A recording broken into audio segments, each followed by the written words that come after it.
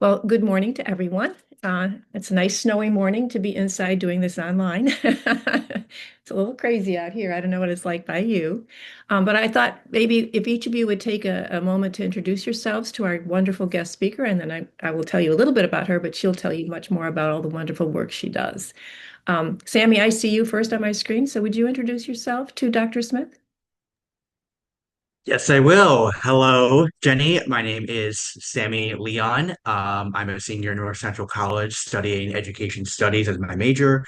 I'm currently doing an internship for the Boys and Girls Club of North Central Illinois. I'm currently within Club Goodwin, which is in Goodwin Elementary School in North Aurora, Illinois.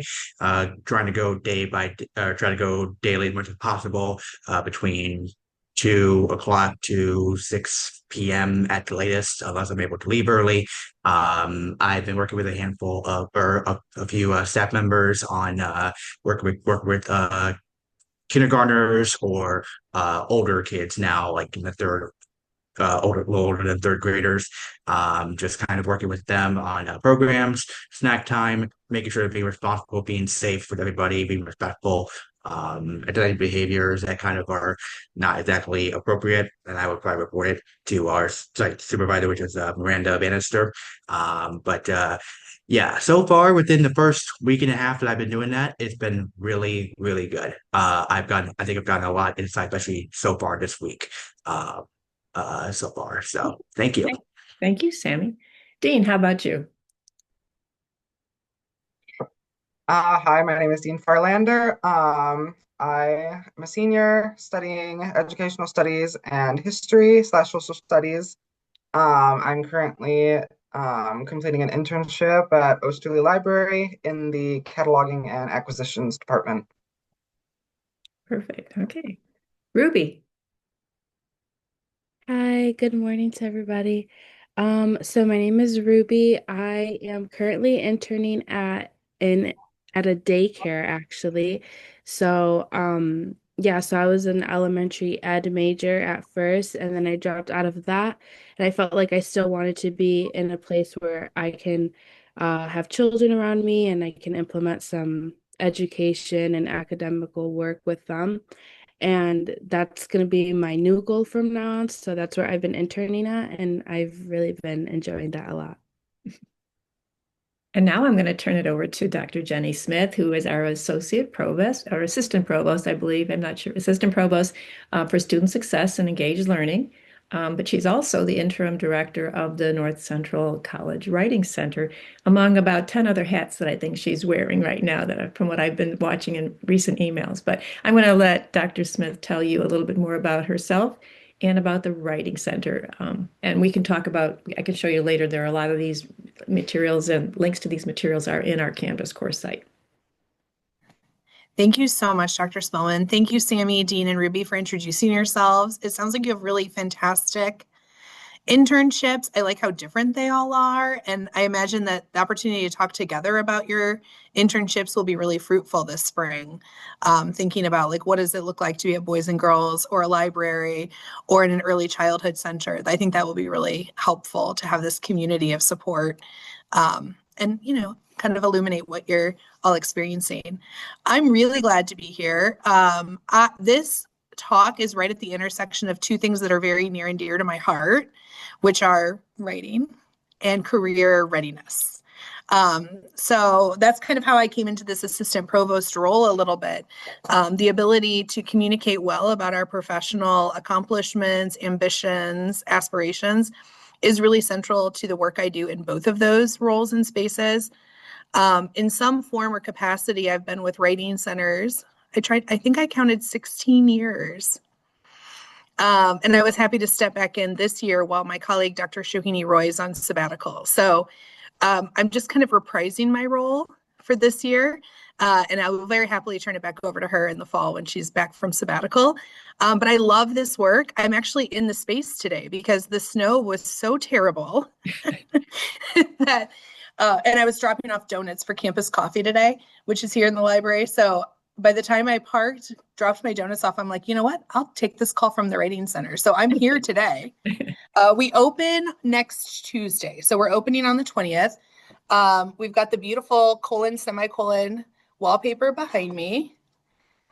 The question of the week is back from finals week, and it's what do you snack on when you're studying?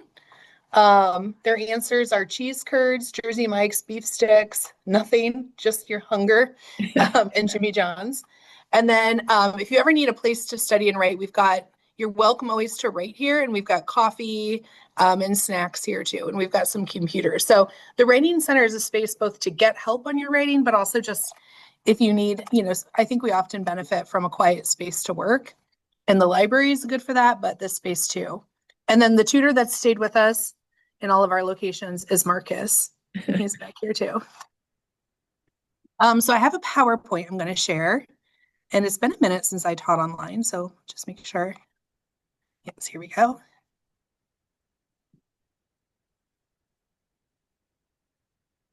And I think that should share now, right? Yep. We're all set. Beautiful. Beautiful.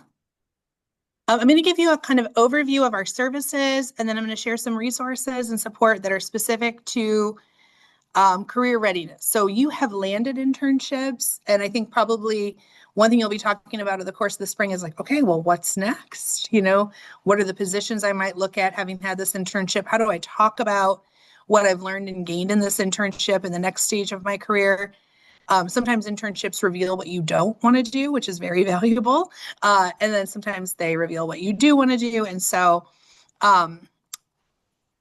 you're at a point now where you have some written materials because you landed internships. I imagine you had to write materials, communications, resumes, cover letters. And then one thing that you'll do probably in this course is think about how those get revised, amplified, expanded to reflect this amazing professional experience you're having. So I'm Dr. Smith, and my email is jjsmith@nocontrol. Dr. Spellman and I had a fun exchange because there is a student, now an alum, named Jenny Smith too, education as well. But if you send it to her, she always sends it on to me. She's wonderful. You know where we are, and Dean, you work in this building, so it needs no introduction for you. We're upstairs in Osterly. We have this beautiful, cute space that's really convenient for students. We love it here. And we're open starting next Tuesday through April 23rd, Monday to Thursday, 10 to 7. And we're available for in-person appointments or virtual. We use the same tutoring support services that peer tutoring does. And you can schedule an appointment, or if a tutor is available, you can just walk in. All the links are here. Our website is a great, even if you just Google North Central Writing Center, it'll take you to us. And you can schedule for half-hour or hour-long appointments. Really, the only limitation is we ask students not to come more than 3 times a week, just because our goal is autonomous writers.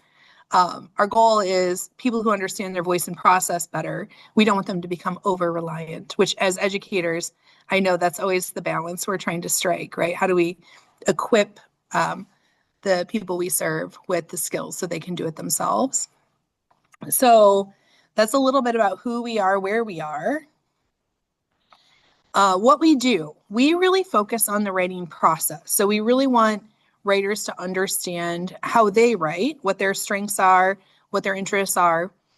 If it were as simple as teaching somebody how to write, if there was one way to do it, we would all just do that. But like everything with education, it really depends on the student you're serving, the person in front of you, their experiences, and then the needs of the task. So we'll help students with everything from brainstorming topics to the research process to formulating thesis statements to things like grammar, citations, polishing. So students come to us and they have nothing written, and students come to us and they have everything written, and now they're just worried about commas, So we kind of see everything from start to finish, and we're happy to help with all of the elements of writing.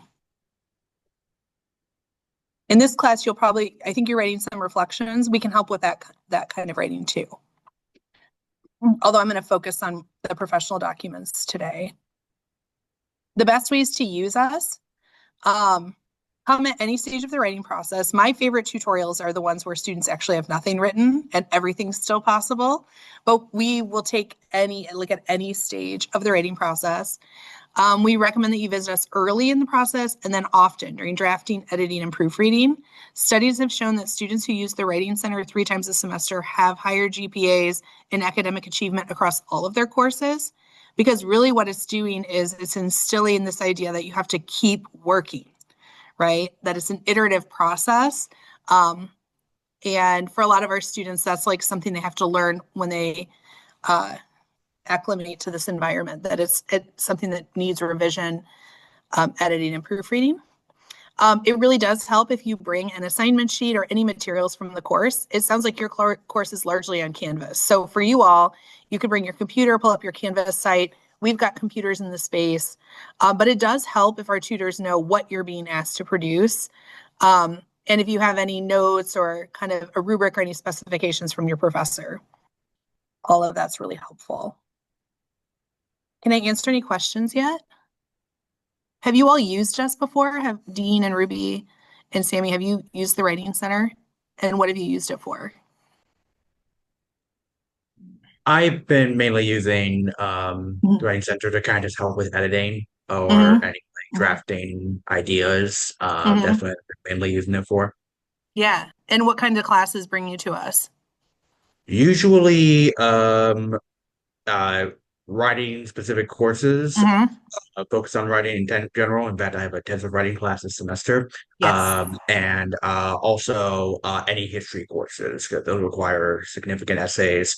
Um, Yeah. and yeah, that's kind of what I mainly focus on with Writing Center if I were to do that. Yeah, that makes sense. We see about 800 to 1,000 students each year. About 40% of those students are from our first year writing courses, and then a good chunk are from writing intensives too. Hold on one second. Someone's knocking on my door here. Hold on.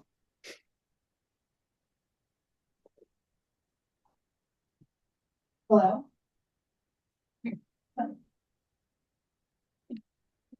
Does anybody know about your say hello? I haven't seen you for so long. Oh, Or you want some kind of yeah, I'm teaching about the Writing Center to Dr. Spellman's class. I'll come by and say hi when I'm done. Dr. Wolf saw me in here. He thought I was talking to the air, I think. So Sammy, you've used us for your history classes, your writing intensives. Has anyone else used the services before? And Sammy, if I could ask, like, how has it helped or not helped you to go see a tutor? Um, I think the feedback I've Mhm. received in the past has been pretty helpful. Mhm. I think when it comes to just kind of like finding certain ideas or certain Mhm. paragraphs that may need some better transitions, especially for Mhm. example, in between paragraphs, anything like that is very helpful. Yeah, that's great. I'm glad to hear it. And what we'll often say is, 20, 30 minutes with a writing tutor is tantamount to hours spent by yourself, especially if you're looking at a blank page, or especially if you have like, all of us as writers have these kind of chronic issues. For me, I have this tendency to start sentences with the same phrase I ended the previous sentence with, which can create like repetition and redundancy in my writing. So having somebody else help me with this thing that I always struggle with will actually take less time if I have a tutor or a peer help me with it. And it sounds like, Sammy, you've had a similar where like, okay, transitions and paragraph development, which matter to history professors a lot, right? Like that can be really helpful. And if you tell your tutor, this is what I want to work on, that's what they'll work on with you. They might raise other issues, but we always kind of try to let you guide the conversation.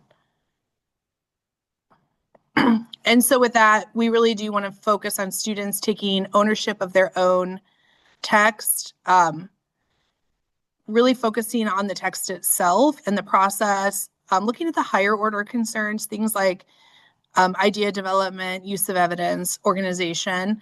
And then we will also do kind of the editing stuff, some of that sentence level stuff, but we try to lead with the big picture because we don't need to fix like passive voice or something if whole ideas are getting rewritten anyway. And like Sammy said, the tutors themselves are really the resource. These are dedicated, wonderful individuals. This spring we have 9. Many of them are in some form of education. I think 4 of the 9 are some kind of like have some background in education. These are advanced students with excellent writing skills. They have to be recommended by professors. I make them turn in a sample paper. They do an interview. They go through the whole professional process. And they come from all disciplines. So those are just some of the areas. But for the purpose of you all, I just want to assure you that about half the staff have an education background. And if you want me to tell you who they are, I'd be happy to share those names. And then that way you could have a tutor that you know has a grounding in this work. Our tutors can help with the things you're writing in this course. So a lot of what we do is exactly what Sammy said. First year writing, writing intensive, research papers. We see a lot of students who, oh my gosh, I have to write a 10-page paper. I haven't written anything this long since high school. We see a lot of that for sure.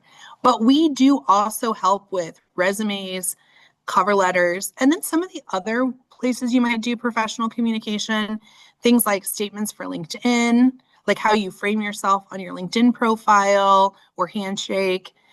If you develop a website or any other kind of professional profile materials, we can help with that. Like if you're building a portfolio, or say you start to put together a packet of initiatives, marketing materials, sample lesson plans, because you're doing this education studies, you might need to bring a really hybrid skill set to your future positions. And to do that, you might put together some kind of portfolio. We can help with all of that. And we do a lot of help with resumes and cover letters. Dr. Smellman, before I get into that, do you want to add or ask anything? I'm just delighted to see this slide because I know that the career toolkit that they're building as one of the major assignments in this course this is a great opportunity to draft those materials and then have a tutor really help you refine those. Also, That's right. LinkedIn, I think that's great. I am not a big social media person, so I'm hoping that we can lean on your tutors to really help them refine that. But this is excellent. I'm looking that you have links to sample resumes and cover letters. Will you be sharing this PowerPoint with us so that I can post it for that? Oh, that would be I'll awesome. share it with you so you can have it for your Canvas, and then I can go through the links now if you like.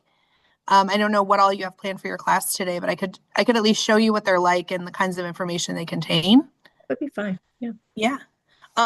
But yeah, Dr. Spillman, like you, I had not had a LinkedIn profile before I took this job, because in academia, that's not our currency. That's not what we do.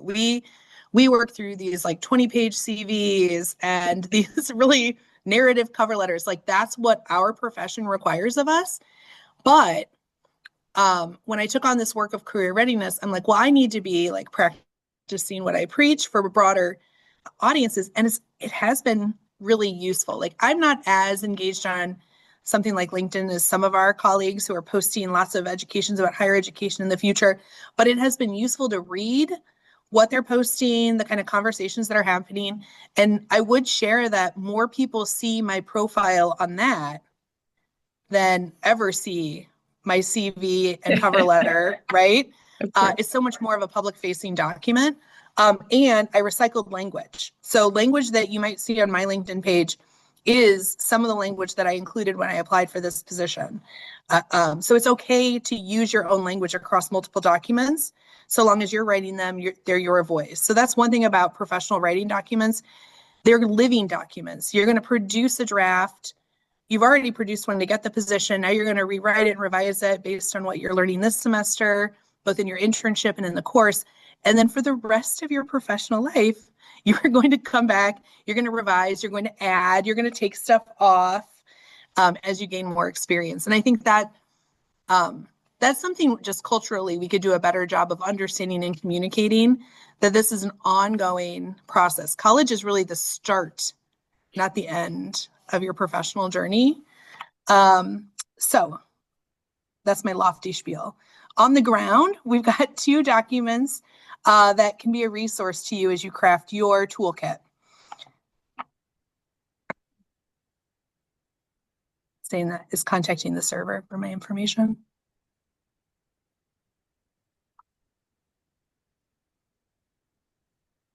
Okay, so this first one. Oh, we don't see anything. Oh, you can't see. Okay, look, I think I need to stop sharing and then share my new one. Okay. Thank you.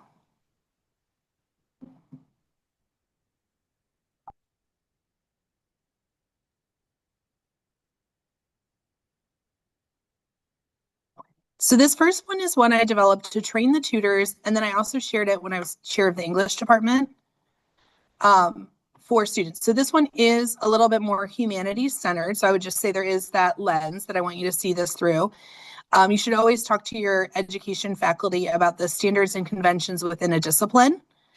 But what's in this first document is, let me see if I can open it so that we can see it bigger.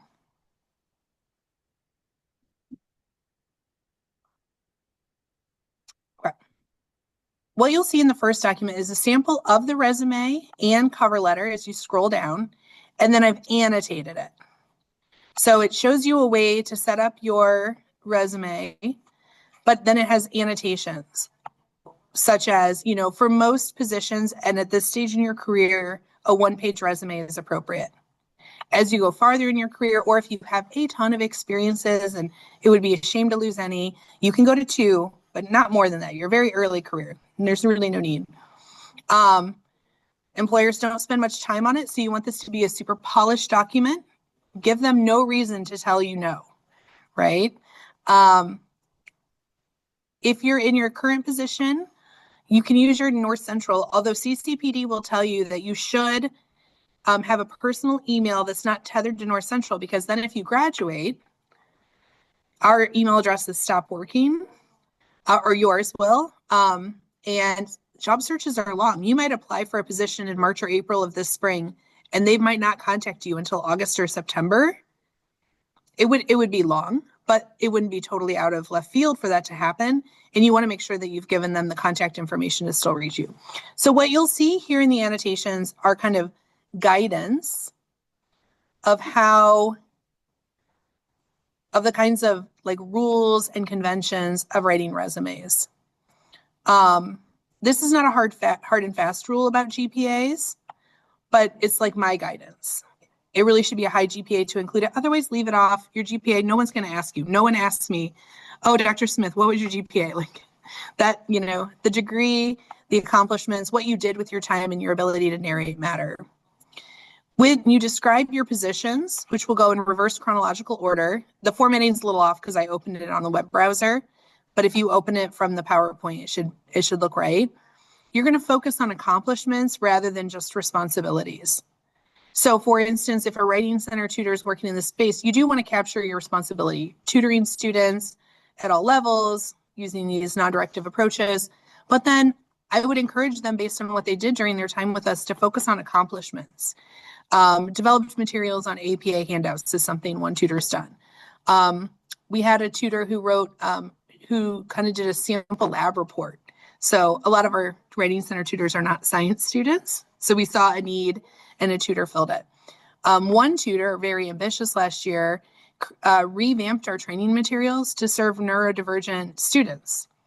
So she saw a gap in how we trained writing center tutors. She did a research project and then developed an amazing training that we're actually using across all peer tutoring. She should be talking about that kind of accomplishment. That's really incredible. So it gives examples of how to talk about jobs. And you'll notice here in the sample, I've given like on-campus work, maybe an internship like the one you have, but then also a job that I had. I worked at 6 Applebee's in 6 years. Every Applebee's that was near any school I worked at or my parents' house. And I included information about that. It doesn't have, obviously that one's not as long, but I wanted to signal that I worked while I was a student and I could manage multiple tasks and there's value in that. And honestly, waiting tables is still the job that I dream about at night. I don't dream about teaching. I certainly don't dream about emails and spreadsheets of my current position, but I still will have dreams where everyone's being sat and I'm the only server. And then there's an example of how to do a cover letter. And similarly with the annotations of this is an example of what it is, but why it is this way. So things like beginning with relevant work experience, that the end of your first paragraph is kind of like a thesis where you say why you're appropriate for the job, qualified for the job. And so when you get this document, I would encourage you to both look at the example and kind of almost like a text, like annotate it for yourself this is what's happening in this paragraph. This is what's happening in this paragraph. This is how they talk about their academic work. This is how they talk about their work experience. So you can kind of understand like the logic behind these job documents. And that it's like really well edited, which goes back to what Sammy was saying, right? That you bring it to the Writing Center to make sure you've got the right content and the right execution. And we're so happy to help you with both. This amazing resource. Amazing resource. Thank you. Of course. For a long time, this has been a challenge for English departments. How do you talk about the thing you study in English? Because our majors go on to do everything. So this is always a question that's been on my mind the last 10 years at least. And then can you see the second one I'm sharing, this resume sample? Yes. This one is from CCPD. So this is really great because you can kind of grab, and you could put the logo for North Central on your materials too. When I send the PowerPoint, I'll send that little logo. So you can just like copy and paste it into your materials. It can make them all look a little bit more professional and give some visual interest. And especially if you're applying for positions in this geographic area, I think North Central has currency. If you're applying for jobs in California, I would say maybe the logo doesn't matter as much, but if you're here, I would say there's some currency. You'll see they've used different fonts. Still looks good, still professional. They're saying if the GPA is above 3.0, that's a good example where I think a 3.5, they think a 3.0. I think you could go with either. If you have particular types of experiences you want to highlight, like study away, do that. And here they've given similar guidance. Their guidance is in red, whereas mine was on the annotation. Things like listing in reverse chronological order, putting a section in for leadership and activities. What I really like about this sample, now their sample is 4 pages. It's not because you show a 4-page resume. They're still giving you a 1-page resume, but they have all of these other examples of different types of things that could go on your resume, especially at this point in your professional development. You might have had this internship and 1 or 2 other jobs, or not even another job, but you might have been involved in student organizations, athletics. You might have done a research project or taken on some leadership role at the college. And what's really lovely about this is she shows you different ways to talk about those things. So if you've done a leadership project, there's an example. How to talk about relevant coursework. This course might go into something like that. If you did any research or worked in a lab, there are examples of that. She also provides examples of service learning, which you all have done a lot of service learning. And if you're going into education studies, that makes sense to me as a category for many of your resumes. You could talk about the work you've done in Dr. Shaw's classes, other kinds of community engaged learning projects you've done, your practica experiences, like all of that could go either in service learning or in internship or practica experiences, depending on what it is. So it's really nice. This is a good example where you can talk about like what you did. So Dean, before your internship, if you were working for Osterly before the internship, you could have 2 sections on your resume, one for when you were a student worker in the library, and then one for your internship. So it gives you kind of multiple angles to talk about that work. And here too, they give examples of if you've worked jobs that aren't necessarily what you want to do in the future, but still what you did to pay bills and make it all work. There are examples of ways to do that. Server, barista, volunteer work, retail, and you should include those, especially at this stage, right? In 10 years, you probably won't include your barista job, but for this moment, it's good. And it's a strength. Last year, we did an assessment of students' abilities to orally communicate their professional ambitions. And we looked at, I think, 50 student artifacts, interviews, presentations.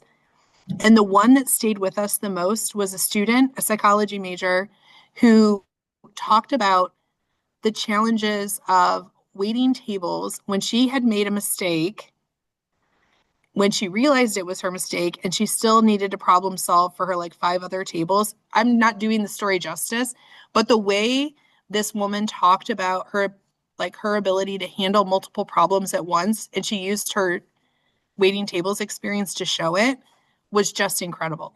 Like, and so I want you to see these kinds of things as an asset, especially early in your career, to talk about how you're prepared.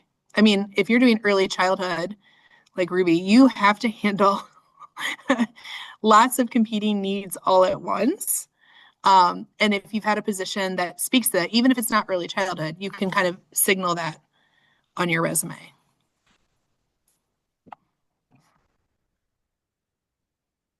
So I will share this document and I'll share the logo. What questions can I answer, or what else might be useful to you?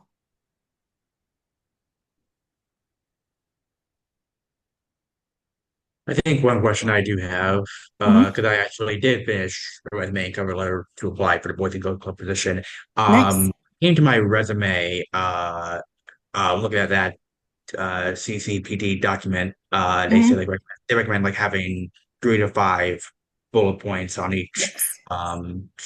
position that you previously did, Mhm. any done previously.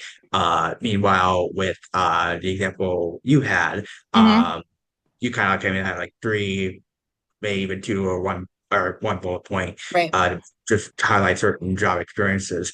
Mhm. Do you have like any recommendations on like does it like depend on job experiences where you just just talk about like one particular point, or would it like would you probably like still recommend like for like a good resume, highlight different experiences, like 3 to 5 bullet points?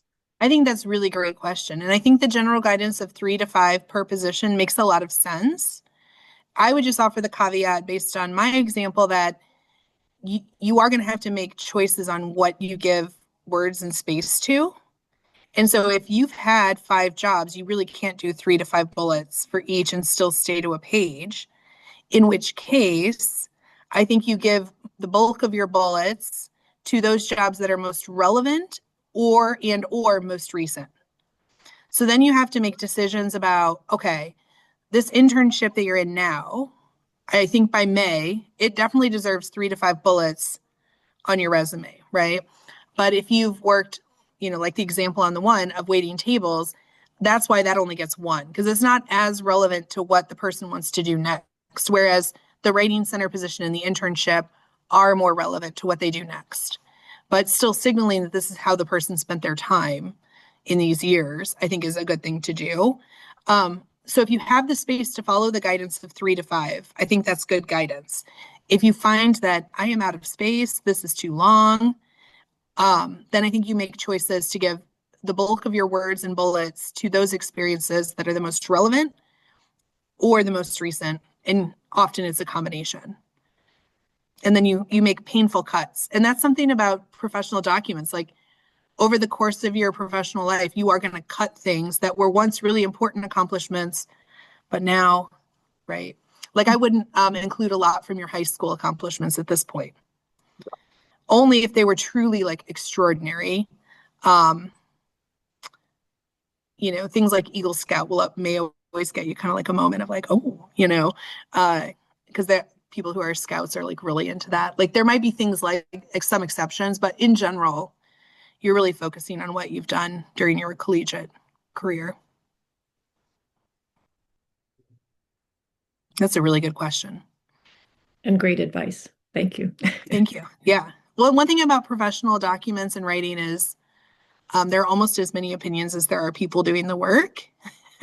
So there are some general good guidelines. And I think as you develop your network of mentors, I think you should listen to everyone, consider it, then think about what makes the most sense for you, for your goals, your ambitions, your values.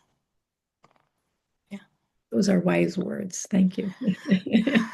It's a forever process. I thought I would go into teaching and education because it would be very stable and I would have a career like my mentors had had. That hasn't been my career ultimately, but but it's always because there's a new exciting challenge. right? And things look different than what I imagined. And that's kind of cool. Yeah. And we grow and evolve over time, We right? do. We With do. things that happen. Yeah, that's true. That's We true. definitely do. Do you have any other Any other? questions for Yeah. Dr. Smith? You've been very generous with your time. Thank you. This is a real treat for me. I don't get to teach right now. It's the first time in 20 years I'm not teaching in some form. So I appreciate you inviting me, and I hope you come use the Writing Center. They definitely will. Oh, and when I email you, I'll give the names of the tutors that have an education background. So Oh, that way be you've got, yeah, that affinity. Okay. Thank you so much. Yeah. No, very Thank much. you so much. Stay safe. It looks a little slick out Oh there. my goodness. I may just stay here the rest of the day. Bye all. Bye-bye. So thank you very much for your questions and your polite listening and your sharing of information. I think she's given you a lot of good advice. I'm going to show you a few things in Canvas, and when she sends those materials to me, I'll show you where I will upload them. I know that Dean, you still don't have access to Canvas, so um, bear with me as I show you things in Canvas. And this is being recorded, so I will send it to everyone. So if any of you want to look at it again. But I think it's important to kind of give you an idea of where things are in Canvas. I know Ruby and Sammy are in there. JC and Dean are still dealing with paperwork. But I want to go to our Canvas site and walk you through the kinds of things that I've set up and the way I've set it up. So you should be able to see my screen now, right? So let's just go to, if we go to home, you can still see this, right? Yes, okay. So when you go to our Canvas course site, it's going to land you here, right? Which is just kind of the landing page. Basically for us, everything you need is over here in modules, okay? I do set things up kind of as each section as one-stop shopping. So when you go to see the modules, the very first one is a course orientation. It simply has background on me, which the college requires that we put that information out there. And it has your syllabus, which I've already sent to you, but it's there as well. Now, this folder is really important because it's all about the major assignments that we have in this course, okay? So when you click on the internship field log, it tells you that you make sure you use that link for the entries. Now, we found out that there's been some issues with the field log, but I think we've worked it all through. A couple of people were having difficulty because they didn't hit the submit button that's at the bottom of the log. But once you do that, everything goes through. So what I'm telling you to do is to go to that link and then just fill it in. And then I have access to it. I check it at the end of every week and I can see everyone's material. So it all comes in and I can click by individual. But that's important that it comes in every Sunday evening, regardless of the amount of time that you spent. The next assignment is the informational interview. So I have the description here about it, and that comes right from the syllabus. But I also have some tips for you here, like, because remember we talked about in our very first class meeting that you really kind of have to set up the protocol for your interview. So I've got some points here that tell you a little bit about, making sure you've got your introduction, make sure they understand it's voluntary, make sure you organize your questions, and those kinds of things, making sure you have a conclusion and you follow up. So make sure that you take advantage of the information here. And then again, the rubric is here. And then actually I have tips for making your questions and putting them together. And I also have tips about professionalism when you set up the interview. So make sure that you take the time to get through all of these resources, as you're looking at each assignment. This is the first one that is due. So you want to make sure that you're looking at this. This is due on the Sunday of week 3 next week. So you still have time to be working on that. The next assignment is the community-based internship project, which is something you should be really thinking ahead on now and getting work on that. So again, we've got the directions here. I highlighted this section because I want you to remember that you can't start this unless you've gotten approval from me for your project, okay? So down here is the rubric that I will use to show you, to determine whether or not your project is ready to go. So you can see what I'm looking for, okay? You can download this or you can upload it here. I'm probably, with the snow happening right now, I'm probably going to have trouble getting this to come up. Yeah, so we'll go back. But you can download it. But that's important for you to look at so that you know what I'm looking for and what you need to present to me in order to then be approved to go ahead with it. And then the rubric, which is also in the syllabus, is here as well. The next assignment then is kind of your final one, which is your performance review, and the description and the rubric are here. So you can see that when you look at the modules, this one is really important. It's got a lot of tips. And as I find more materials, I'll place those in there. Week number 1, we've already been through. You can see that there is always an overview or an agenda for what we're going to be doing and reminds you when our next meeting is. So this was last week. You can see that it was there where I filled in the attendance for everyone and then the log. Going back to the modules, you can see for this week, for week 2, the overview and the agenda is that we were going to talk about with Dr. Jennifer Smith, and then we were going to do the Canvas site. Also, we're reminding that next week we do not meet. Next week is an asynchronous week, and that's one of the reasons I had Jenny come and talk to you today, because next week is I want to give you that time to do 2 things. And one thing that you're going to do is you're going to visit the Writing Center. You're going to set up an appointment and get yourself in there and get familiar. And the other thing is a little survey that you're going to do. So anyway, but this is week 2. Always the link for the synchronous meetings are always right here in Canvas. Those of you that haven't got access to Canvas yet, I sent it out to you last night just so that you would have that. And then you would see like there's the information from the Writing and Speaking Center. Okay. So these are some of the things that she sent out.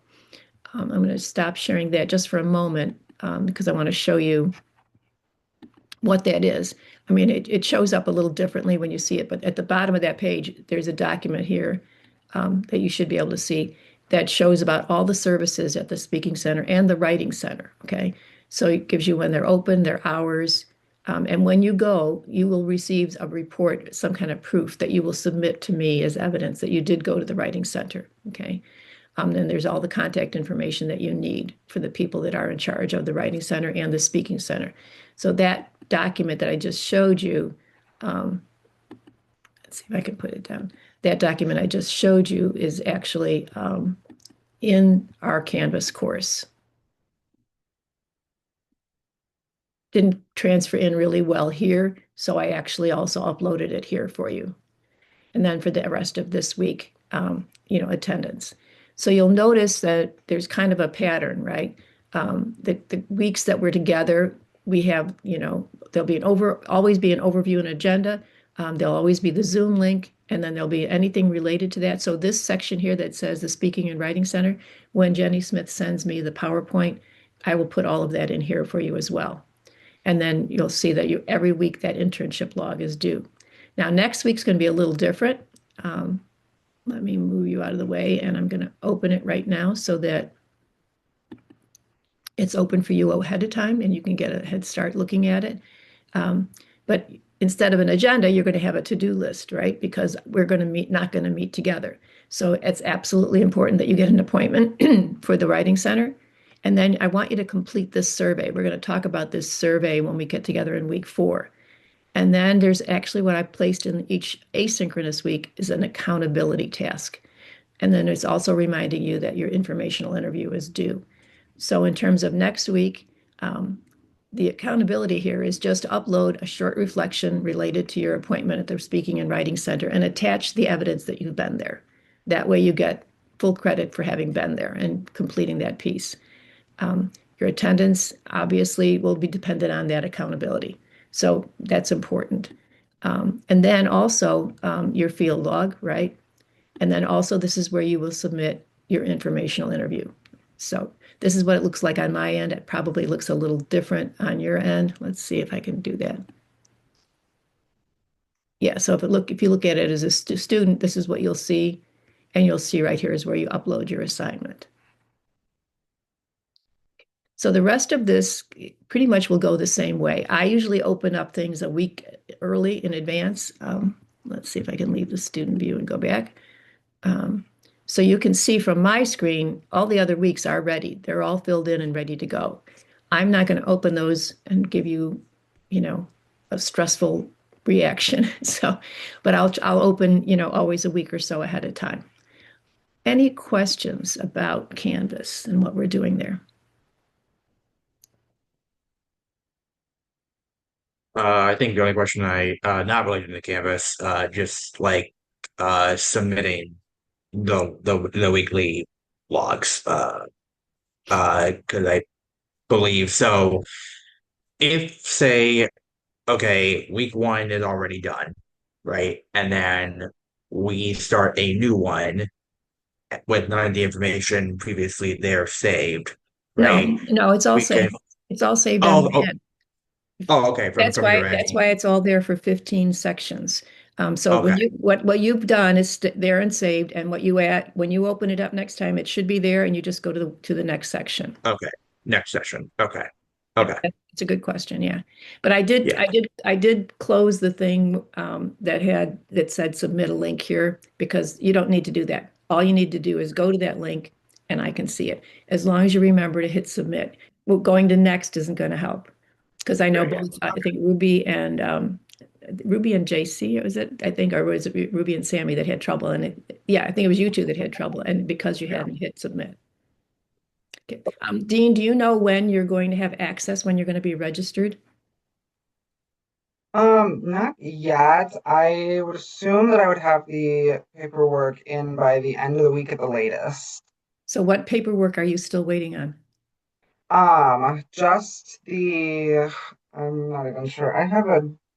One second. I have it right here. It still just needs to be signed by, Dr. King.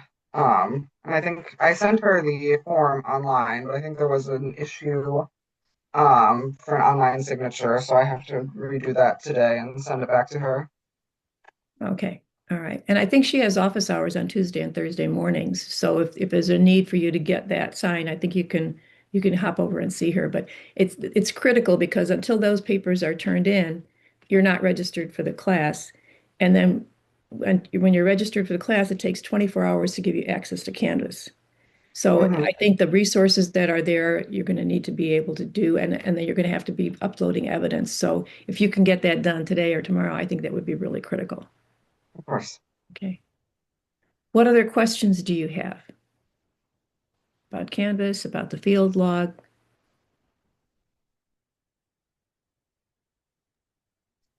Uh, for the informational interview, and I appreciate all of the tips and tricks to help with that process. But like the informational interview can be as long as 20, 30 minutes or even at most an hour. Like it can be really any time depending on the agreement between me and another member or part of education. That kind of like what's kind of your kind of Yeah, it'll really doing. depend on the questions you ask and how long they respond, Gotcha. So it can be flexible. Um, I wouldn't overload them with questions. I would really kind of, sift it down to the essential things you want, and then you can always leave something at the end where you're saying, and what else do you think I need to know about your role? What do you think is, something important that you want to share? Always leave something kind of open-ended at the end. Okay. Because I think that, really they take the lead on how much they want to say. That's a good question. Okay, so now the other thing to talk about is that on the weeks that we don't meet, which is, the first one will be next week, I do require then a one-to-one appointment with each of you. So what I want you to do is to start thinking about that and look at your calendar, and I want you to be able to send me um, at least two or three options, okay? I have a crazy schedule. One of the reasons that we're not meeting is that I have a crazy schedule that week. But I'm open to appointments on Monday. I'll be perfectly honest with you, Tuesday and Wednesday, I am going to say I'm unpredictable because my husband is having surgery and I will be tied up at the hospital both days. He's having a surgery that requires 2 days in a row. So I know that I can't really promise that I could do a one-to-one interview on Tuesday or Wednesday. But if you send me some options for Monday, Thursday, Friday of next week, and I'm also open to meeting with you on Saturday or Sunday if that's easier for you. That's not a problem. I'm happy to do that any weekend. But I want you to send me two or three different times that work for you. They can be morning, afternoon, or evening. Could be Monday, Thursday, Friday, Saturday, or Sunday, because I want to have a one-to-one with you going over what's happening and learning about your internship. Have a time for us to just be talking individually. I think two. I've only received two. I think Dean and Sammy. I think you've sent me the contact information for your mentors so that I can send them the log. Um, Ruby, I'm going to need that from you and from JC. I need the email contact information from your supervisor so I can give them a link to a log, and then you can show them how to fill out the log and make sure they hit submit. And make sure you do that when they've gotten it. Dean, I've sent yours already, so you can check with your mentor, make sure she knows how to go to the bottom and hit that submit. And then Sammy, I'll send yours today because I see that her name came in. You sent me the email, but I didn't have a name, so I didn't know how to address the email. So I'll do that. I'll do that right after we're finished here. So you have, you've got a lot to think about. You've got things to explore. You've got some tasks to do. But make sure that, Ruby, make sure, and JC, when you're listening to this, make sure you send me the name of your supervisor and their email address. And then make sure each of you sends me an email, preferably by the end of this week, giving me 3 options for our one-to-one conversation next week. And it'll be 20, 30 minutes of whatever you need and whatever we want to talk about. But I think it's important for us to work together. Anything else? Any questions, concerns, comments, complaints? Okay. All right. I don't know where you are right now, but it's looking pretty miserable here. So please stay safe and stay warm. And I will look for your emails. And I will see you on Zoom in our one-to-one. And I will see you on Zoom together in 2 weeks. Take care. Okay. Bye-bye.